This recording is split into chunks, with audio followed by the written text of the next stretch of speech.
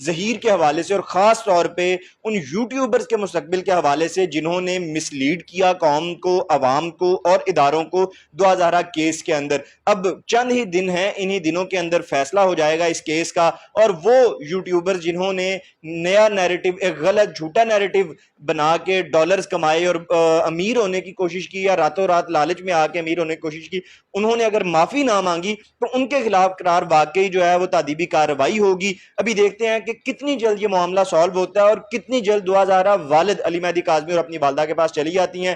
تو جیسے جیسے یہ انفارمیشن آ رہی ہیں آپ کے ساتھ شیئر کر رہے ہیں. عثمان خادم کمبوک اور ندیم خالد کو اجازت دیجیے. اللہ حافظ.